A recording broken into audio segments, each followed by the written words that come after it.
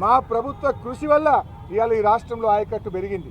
మీరు వచ్చినాక ఇరిగేషన్ శాఖలో ఒక్క ఎకరానికి కూడా కొత్తగా నీళ్ళు ఇయ్యలేదు.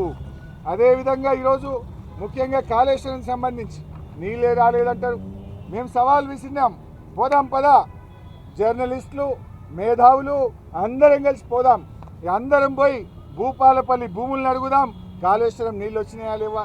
అదేవిధంగా మహబూబాద్ డోర్నకల్ తండాలను అడుగుదాం, తుంగతుర్తి సూర్యాపేట రైతులను అడుగుదాం, మల్లన్న సాగర్ నుంచి నిజాం సాగర్ దాకా పారిన నీళ్లను అడుగుదాం, రివర్స్ పంపింగ్లో రిజర్వాయర్గా మారిన వరద కాలువను అడుగుదాం, నడి ఎండల్లో మత్తళ్ళు దుంకిన గలగల బారిన మా హల్దీ అదేవిధంగా మంజీరా చెక్ డ్యాంలను అడుగుదాం, మురిసిపోయిన మెతుకు సీమను అడుగుదాం, వేలాది ఎకరాల్లో ఆయిల్ పామ్ సాగు చేస్తున్న రైతులను అడిగితే కాళేశ్వరం ఫలితం అందిందా లేదా ప్రజలు చెప్తారు.